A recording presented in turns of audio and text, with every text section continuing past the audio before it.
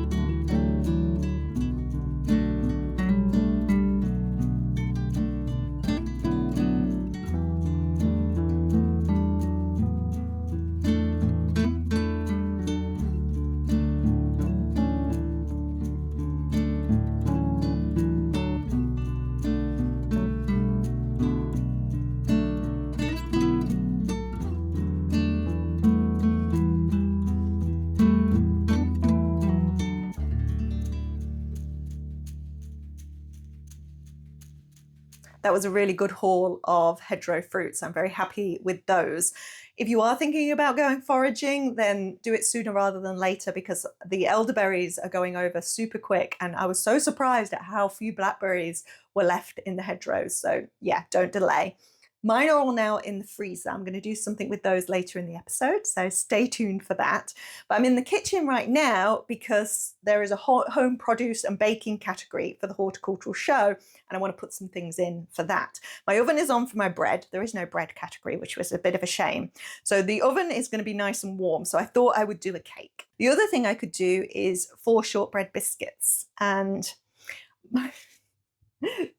forgive me this, but I feel like if a vegan cake or shortbread could win, that's a real coup, right? That's cool. If it doesn't, we'll just ignore all of this. I'll probably edit it out. I won't really. So yes, so I'm going to do a Victoria sandwich, I think, and I'm going to use the recipe that is my go-to recipe for all cakes. I just adapt it to whatever flavourings I want. While we're talking about cake, I do have to say there has been some progress with the brownies. I could not let these brownies beat me.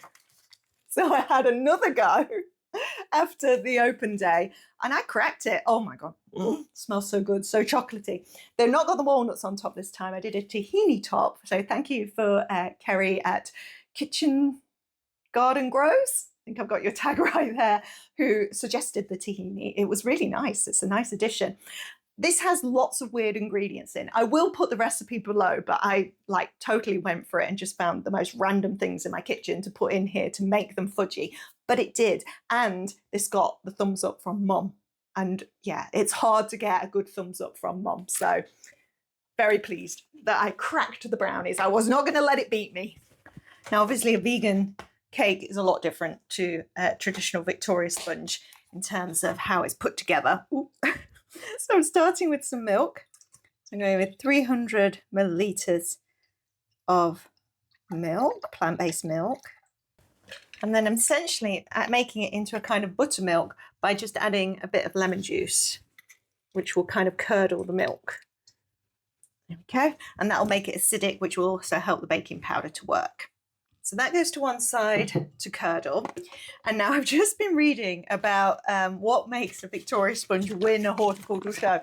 Apparently one of the top tips is to double sift your flour, which I've never done in my life. Sometimes I don't even bother sifting it once. I didn't feel this was great flour, but it's August eating, so I can't buy anything. So this is the flour we're going with. Right, so this is 250 grams. There we go.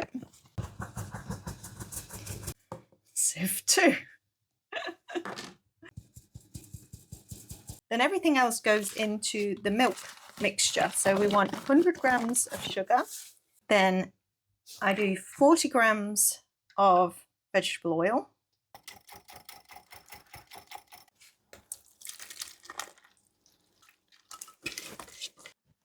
Now on Bake Off, they always weigh, don't they, how much they put in each tin. Shall I do that? Going a bit too far. All right, 300 exactly. Okay, here we go. Gas mark 4. While those are baking, I'm going to send you back in time a couple of days ago to the plot where I was getting ready one of my exhibits. I wasn't actually ready to start filming then. I was just going to take the rabbit bedding off the top of the bed and then we'd go potato hunting. But as I moved the rabbit bedding, there are all the potatoes. So they've grown up through the mulch. These are the saved. So we were doing an experiment and half the bed is saved Charlotte seed potatoes and half of the bed is commercial seed, same variety Charlotte. And I wanted to see if there was a difference in the quality of the potatoes and the quantity of the potatoes. Quantity does not seem to be a problem here with the saved ones and good size there, but there is some green. Now, I had kept checking this and thinking that did I need to top up the rabbit bedding? But actually, you know, you can't see any potatoes there. So I thought the light wouldn't be getting to them, but clearly it has. Anyway, let's start seeing what we've got. Although that has got a hole in. Some bigger than others, but wow, yeah. Yeah, these look nice.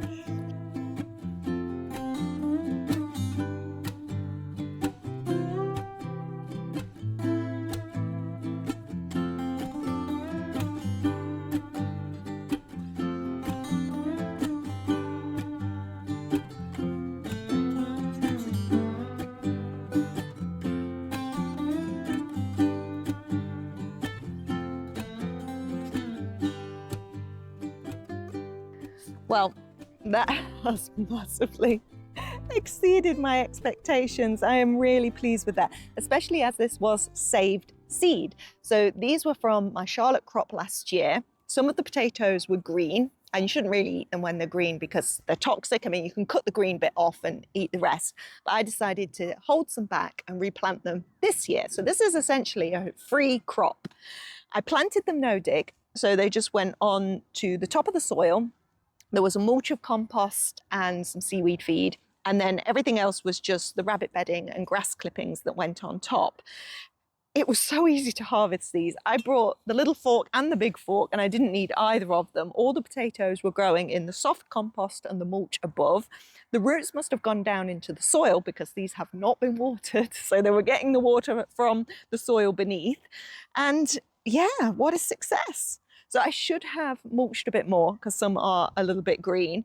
Again, I can do the same and put those aside for next year. But others, yeah, just absolute beasts. So really happy with that.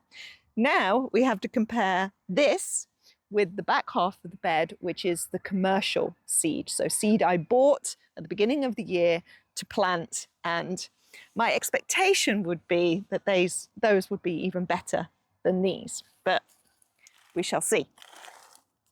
Right, now this has got some grass sprouting in it, and that's one of the disadvantages of using the rabbit bedding, is it can end up sprouting. There's a little bit there as well, but otherwise this has kept the weeds down. The weeds are just growing, as you can see, around the edges here. So there, that was a good call. Right, let's get in here. Oh, here we go. Awesome, little bit of green on those. Whoa. Oh, that's beautiful. That one's perfect. I don't know why there's a Quavers packet in there.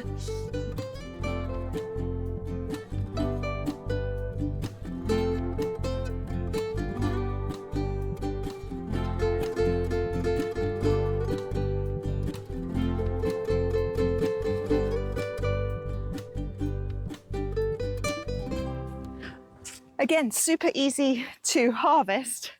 A fun one there.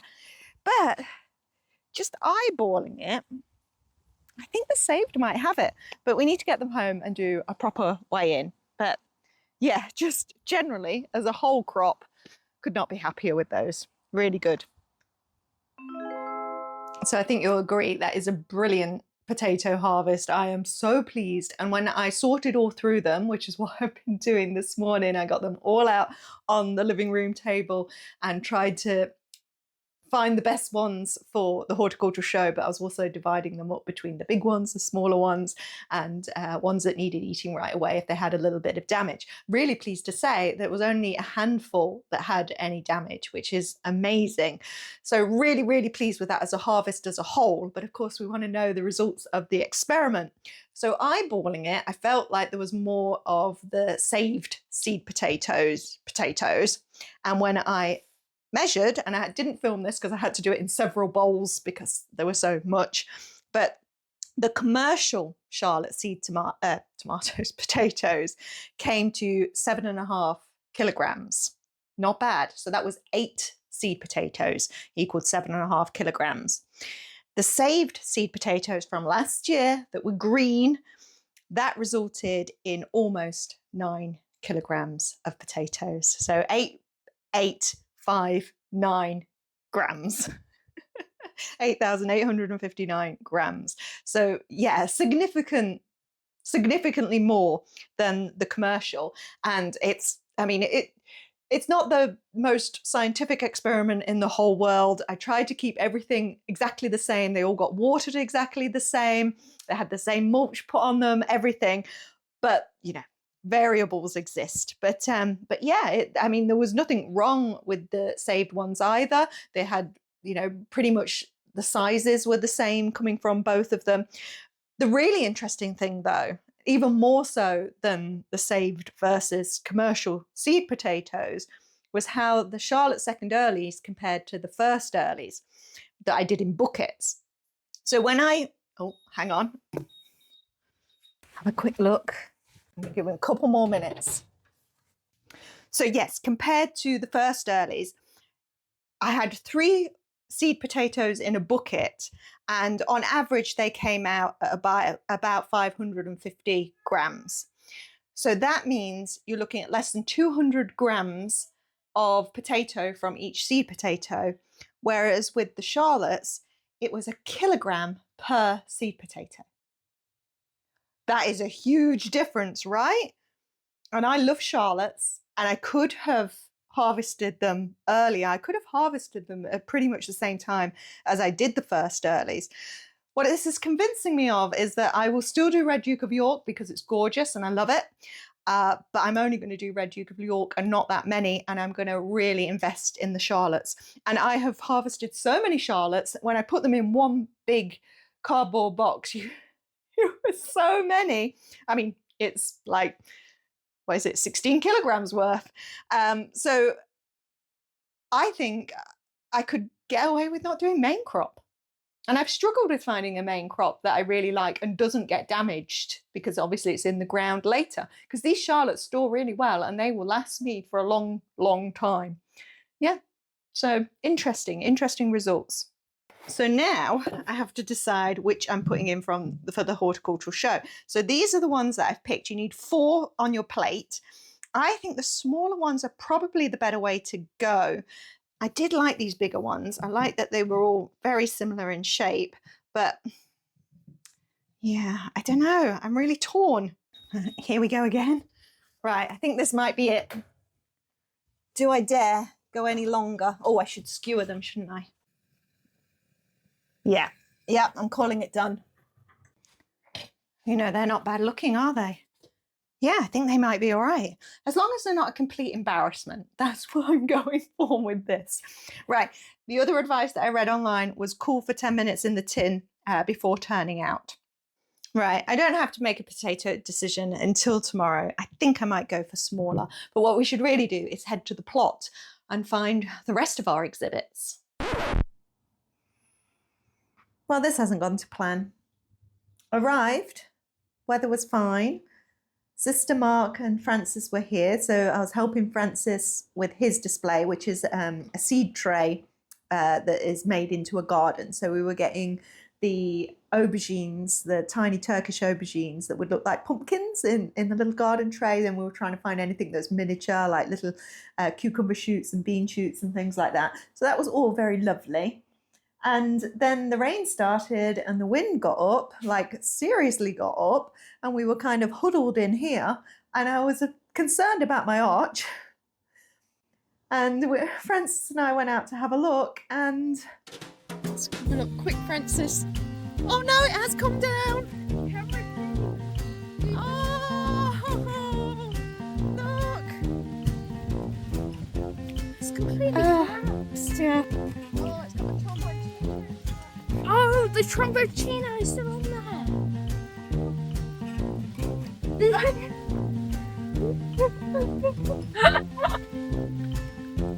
Gary, great name for this video. Disaster. Yeah, disaster again. Oh, look at my chicken curies. Gary, do you think you can save it? No. Well, let's put it back up there. Now can we just stay there? No.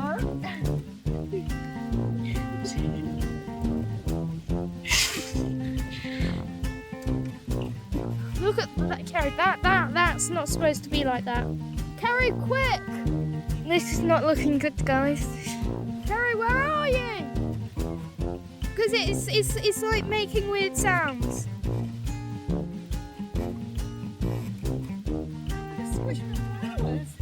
Oh, Carrie, would you rather squish all of those flowers or squish some of these flowers? Oh, leave it. That one on that side then? No, because if you put that one on that side will come up and collapse onto there. It's maths. What have you got to say, Carrie? I say I'll take your advice on that, Francis. What a disaster. Good job, it's near the end of the season.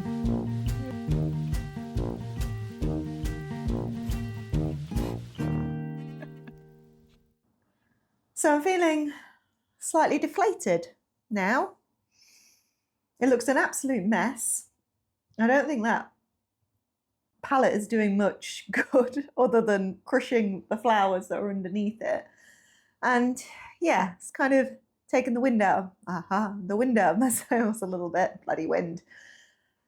So I've just been around and picked some things. I've got courgettes that aren't the same colour, let alone the same size. I've have done the plums, and I think I've got enough green gauges with stalks on to put into that class. And I've also been harvesting the Cape gooseberries because I think they can go in the berry class or the like soft fruit class, which would be very unusual. So I'm quite pleased with that. Yeah, my enthusiasm is coming back as I'm talking about it slightly. Got a couple of patty pans, but what I really need to do is choose a pumpkin, dig up some parsnips, check those out, and what was the other thing I was thinking? Oh, beans. Need to do the beans, but it's so windy and I hate working in the wind. The wind is the worst. I can stand a bit of drizzle, but yeah. I'm going to try. What was that?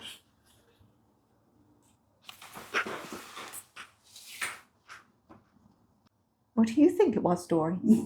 Yeah. I'm going. Maybe it was thunder.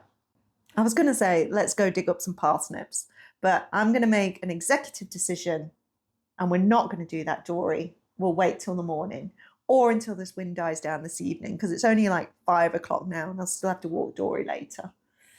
What do you think? Shall we go home and get your dinner? Yes, I think you want your dinner. Come on then. Good morning. It's day of the show. I'm in a better mood than I was when I left you last night. Becky called when I got back and said, well, she was full of the joys of spring despite the weather outside. And she's like, let's go down the plot and dig up our stuff for tomorrow. And I was like, it's horrible out there. My arches have fallen down. And she was like, come on. So we went down, took the dogs, and yeah, buoyed ourselves up. And we did, well, we said a power half hour. I think it was more like an hour. But I got the fork out the shed and I just started digging stuff up. So I got parsnips up. I got carrots up. I didn't even know I had carrots to harvest. So there are carrots, got more beetroot, did the squash, no beans. She'll look again when I go down this morning, but I don't think I'm going to have any beans to put in. Then I was up at 6 a.m. this morning, prepping it all. My sister says I'm a little bit OTT this morning. We've been on a video call while getting stuff ready. And yeah, I am quite full at the moment. So to the extent that it felt like Christmas morning, you know, prepping all vegetables and stuff. So yeah, I did have Christmas music on this morning. Anyway, my plan for now, because it's now just gone 8 o'clock, so we've got a couple of hours left. I want to have a look if I've got any chilies that I can put in. You need 5 chilies for that class. I want to check my gladioli, but I've got a question about that, and then get to the plot and see about flowers, because I haven't done any floral arrangements yet. I did help Francis with his, and it looks so good that I'm not sure I even want to put in that class now. I think I might leave that to him. But yes, so chilies. It's been a while since I've shown you the chili plants. Oh, hello, spider. I need to get to that chili, I think. Just take your web up there. There we go. They're doing great. It's a balance, I think, compared to last year. Last year, they were bigger plants. This year, I haven't potted on so much. So some of them are still in quite small plants. So they're more compact plants. But the chilies themselves, there's plenty. Maybe not as many as last year, but more than enough for me. And the key thing is, because there's been more room around each of the plants, there's far less damage this year. And it may just because we've had less slugs this year as well. But almost every single chili I took off last year had holes in. But that is not the case this year. Fingers crossed so far. If you're wondering why I have 2 tomato plants here, it's because these are the storage tomato plants. Do you remember I did them super late? I have potted them on now. We're going to need a long, long hot autumn for these to fruit. However, it's a bit of an experiment. They're there. They're doing their thing. They're healthy. Right, chilies. Now, there's not many that are actually ripe. I think the padrons are probably ripe, but I think Becky might be putting in padrons, so I'll leave those ones to her. The hot wax, I think, are probably about there, and there is definitely 5 on there, but I'm putting in sweet banana peppers, which look very similar to those. So I thought maybe not those ones. And I've just got a couple of the lemon drop turning yellow, so there's not enough of those. So the one I think I'm going to go for is this one, which is the Sugar Rush chili. And I'm not sure if these should get any darker or peachier than they are at the moment, but they look pretty beautiful. So they need to all be the same size. Yeah, I'm going to go for it. I think that one. They're really cool looking because they're quite translucent. How many did I say I need? 5. There's 5. Oh no, I've done 6. Whoops.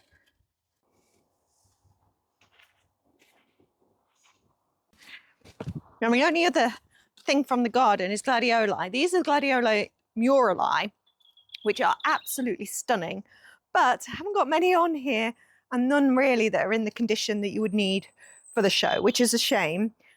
But also, I don't think these would be they're not the traditional gladioli for the show. So I don't think they would place anyway, just because they're a bit too unusual. And that's the thing about the show. And I think why I suffer a bit, because I like unusual things and I like to put in things that are a bit mad, but they don't like mad things. Now that I'm filming, I can see I'm a little bit manic. To take a breath. And yeah, still like an hour and a half. It's fine. It's fine.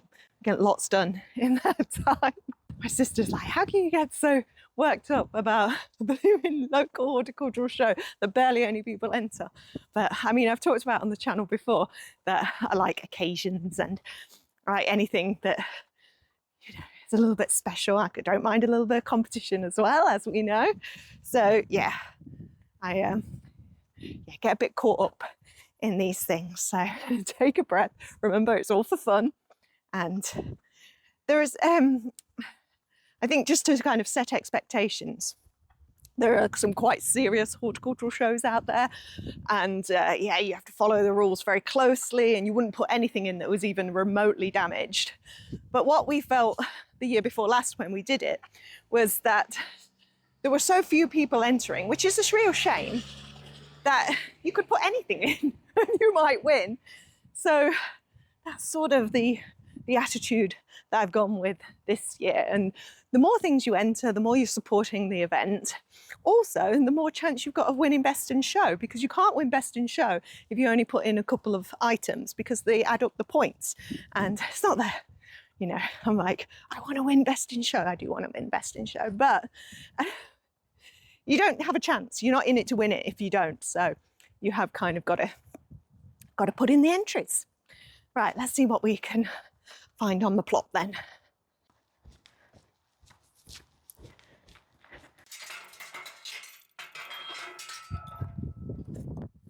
All right, let's see what the state of the arch is this morning after a very windy night. Okay, looks pretty much as bad as it did last night. Not any worse, I don't think. Can it look any worse than that? The other one is definitely on the squiff as well, but still standing relative to this one anyway. Ah, well, is what it is. Is what it is. When I was reflecting on it last night, I thought in some ways it's like the plot is putting itself to bed. You know, it knows autumn's on the horizon and it's just sort of closing down. But yeah, I think obviously if this had happened at the very beginning of summer, it would have been devastating. But at this point in the season, I think we can cope. So long as it's not ripped the squash from their roots and they can continue growing, we should be okay. Oh, here's Mark arriving in the car. I love that he's got the show schedule in hand. Hey Mark, you ready? Yeah, you. Yeah.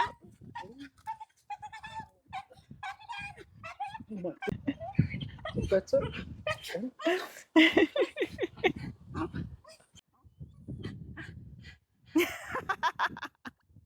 That face. Now I know I want to do a display with the straw flowers because they've been so gorgeous this year. Just got a little pot of water and I want to pick the most perfect ones that I can find. It's such a shame that we've had this bad weather last night because this wind and the rain means that the blooms are really not at their best at all. I really should have come down yesterday morning when it was fine and did this, but I just hadn't had my eye on the weather as much as I should have. Not perfect, but we'll have to do. Okay, obviously not going to present them in a peanut butter tub. Now these sunflowers have been absolutely exquisite and I really want to show them off. So I'm going to take some of these.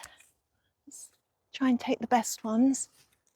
Oh, the petals are a bit damaged on that one. So many bees on here as well. Right, I think I've got all the flowers that I'm going to get.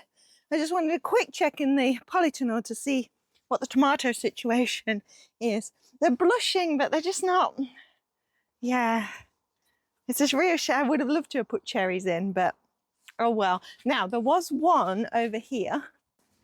There you go, you can just see it peeking there. And I have 3 of this variety at home. Now, it's not the most beautiful. That's not actually split because it's calloused over, but oh, such a gorgeous tomato.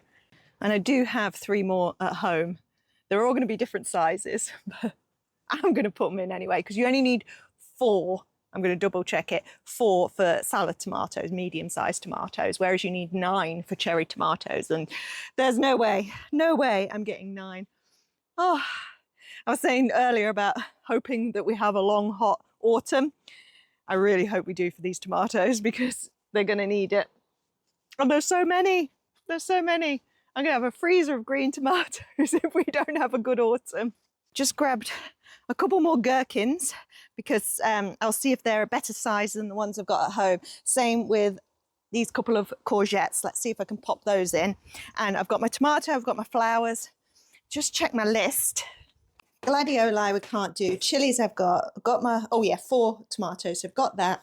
4 veg in a tray I think I can do.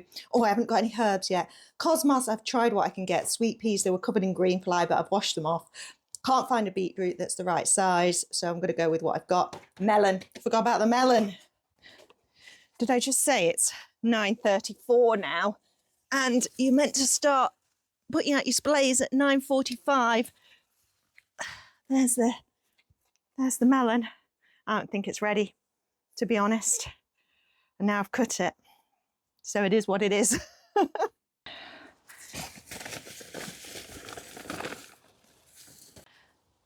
Oh, oh no!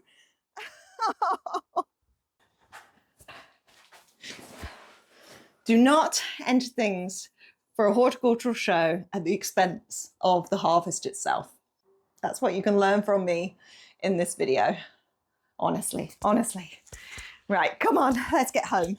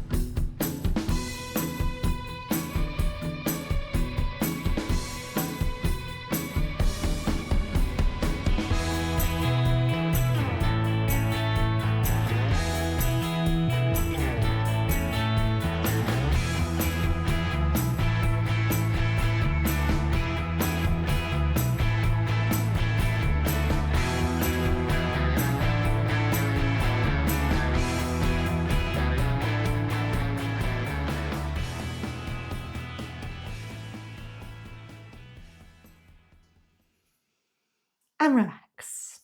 Cup of tea. Take a breather while the judging is now taking place. We go back at 2 o'clock to see the results. You may be wondering why all my flowers are here and not in the hall. And that's because this is very much a case of what might have been. I was busy arranging my flowers, watching the clock and not looking at the schedule and the rules for the flower classes. And turns out I had far too many varieties within my arrangements and things. So in the end, I was just like, I haven't got time. I'll just have to leave it. So I didn't put in any flowers this year. And I'm really kicking myself because I wanted to. And I've got such beautiful flowers this year. But I really needed to have done this part yesterday. And I'm just going to go ahead and blame the weather. Because if it hadn't started raining and getting really windy yesterday, I would have harvested my flowers and been able to play about with them last night rather than trying to do it in a hurry this morning. And I think arranging flowers is not really a thing that you want to do in a hurry because you do want to titivate. So yes, no flowers this year, but I did put in 19 categories, 3 in the baking and the rest in the vegetables and fruit.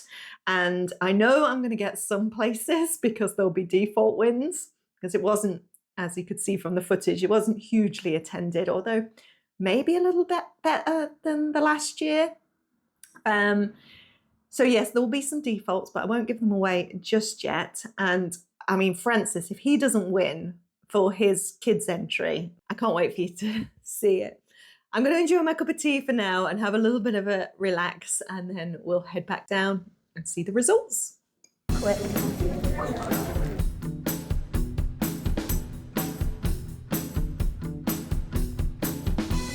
Second.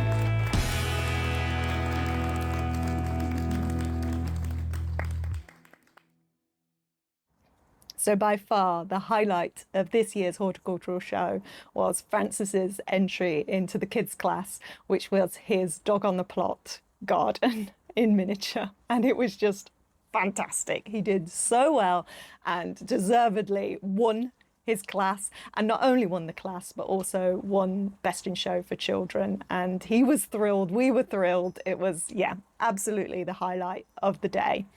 The actual Best in Show didn't go to any of the produce categories. It actually went to a craft category, which was a community group who had done a woodland scene that was all knitted, and it was actually outside of the community hall. And it is fantastic. And again, a well-deserved win.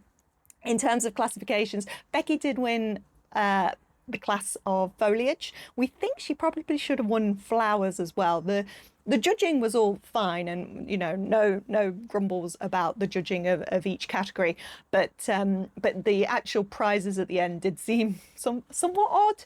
So yeah, we kind of felt Becky should have got Best in Flowers as well. Best in Produce went to a lady who has dominated this category for the last few years, and deservedly so. She is an amazing grower. But yeah, we have competition outside of the family, and we will be renewing our efforts next year. So she got that. But we got plenty of wins between us. I think I got 7, I've got them here actually, 7 firsts, 6 seconds and 2 thirds. I think I got. In fairness, there were a lot of default prizes, and yeah, you don't quite get the same sense of satisfaction from those. But I was really pleased that my cucumbers got second, my tromboncino got first for funny veg.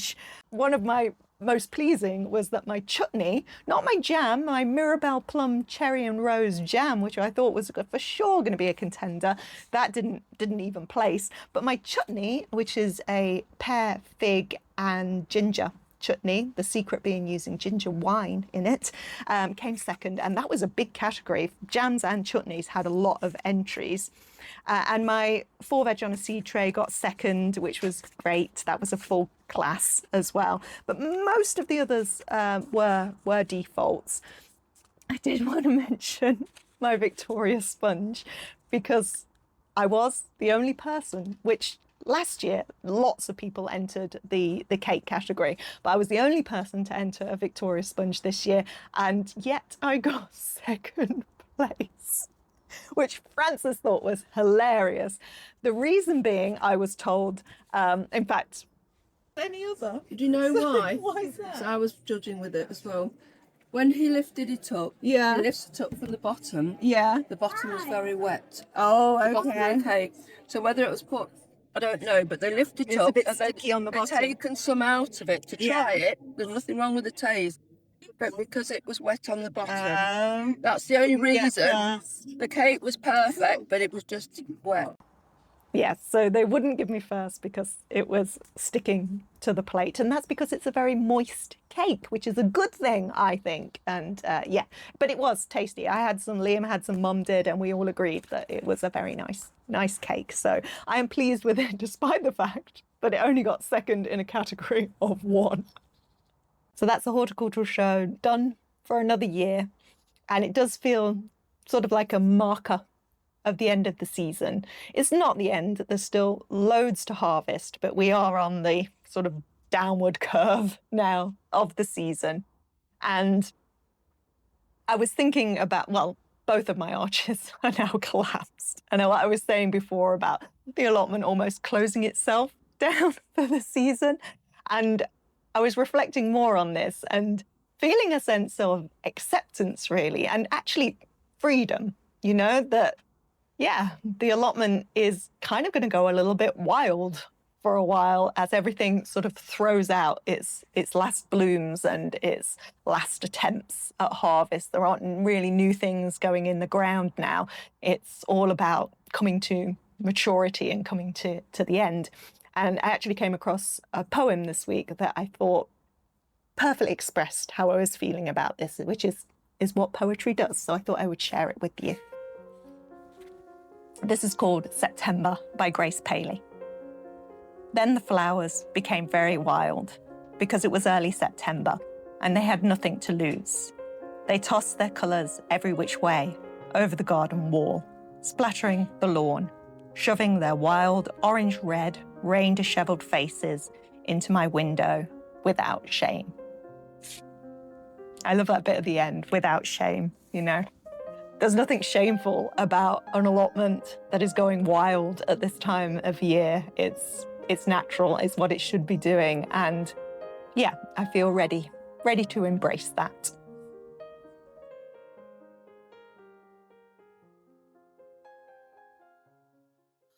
And speaking of endings, it is of course the end of August eating. It's now September the 3rd. I did go shopping today, but I didn't buy a lot. I basically got chocolate, crisps, and a box of wine.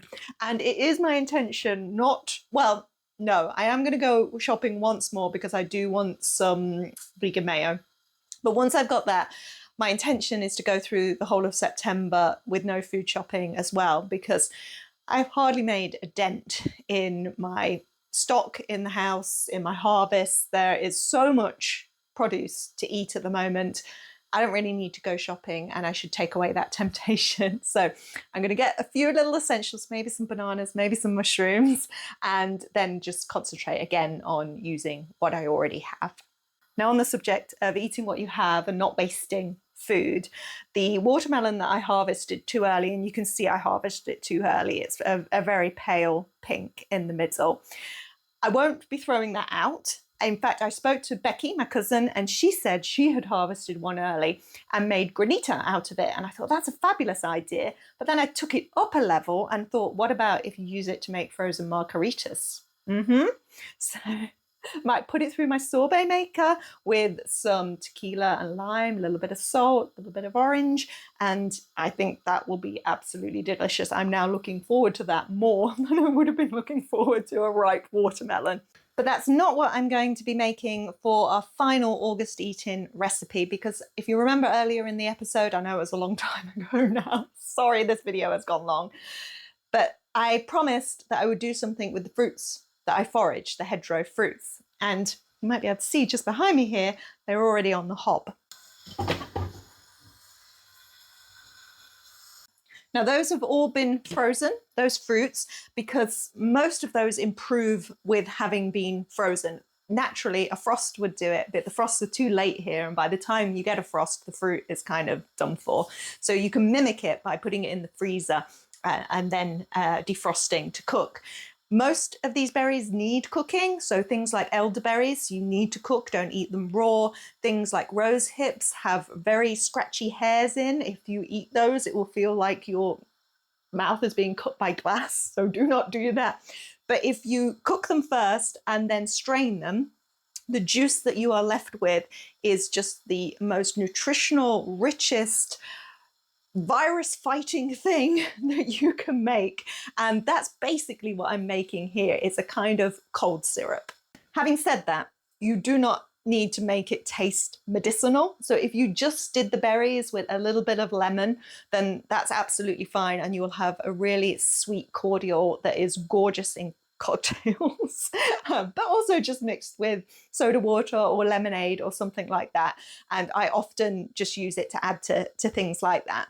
But if you add a load of cloves and ginger and star anise and things like that, then you kind of up that medicinal taste of it. I think it still tastes absolutely lovely, but by putting those things in, you're also increasing its like immunity boosting properties. So I think I probably have quite a few nice things to put in here. Allspice berries, that's good. Juniper berries, cloves, star anise, nutmeg would be nice. I have ground ginger, but I've got some fresh ginger there that I can put in. Yeah, I think that'll probably do it. I've also just found some cinnamon sticks, so I'm going to stick a couple of those in as well. There's just enough water in there to cover the fruits. And no, it must have been the year before. I forgot to put the water in, and so I ended up making jam, but it was absolutely lovely jam. And in fact, that was the jam that won second place at the horticultural show that year.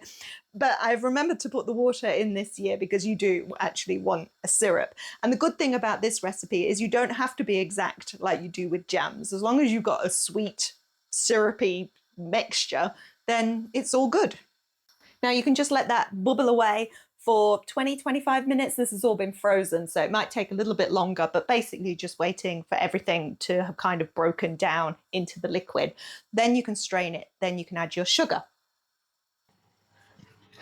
Once you've extracted all the juice that you can, that can go in the compost heap, you then need to work out how much sugar you need. So we have in juice 860 grams. So you need 400 grams of sugar for every 500 grams of liquid. So I think I need 688 grams of sugar. That's what I'm going for anyway. As I said, it doesn't have to be an exact science because it's not actually a jam. Having said that, like a jam, you now want to dissolve all the sugar over a gentle heat. And once it's dissolved, you can turn up the heat for like 10 minutes and that will create your syrup. And then it just needs bottling up. Once it's all bottled up, you can either put it in the fridge and use it within 3 months, or what I tend to do is put it in the freezer in small bottles, and then I just get a bottle out whenever I want to use it, if I feel a cold coming on, or if I just want to make some cocktails with it. I would say, this is medicine. It might be all placebo effect, but there's certainly lots of goodness in those berries, not quite so much in the 680 grams of white sugar that I just put in there. So that, my friends, is the end of August eating, although I'm going to continue into September. It's also the end of my annual leave. I've been back to work this week, and yeah, we've kind of been talking about the coming of the end of the season. But there are also new beginnings, and I hope that you are aware that Claire from the Farmyard Garden and I have started a discussion show called So Chatty. The next episode, we've already had one on Claire's channel. If you didn't see it, please do go check it out. It's had a really nice, warm response. So thank you to everybody who has given their feedback and watched it and supported it. So the next episode will be on my channel on Tuesday at 7 p.m. And then the third episode will be moving over to the channel So Chatty, which we would love for you to subscribe to. Thank you for joining me this week. Have a good week. I hope to see you on Tuesday.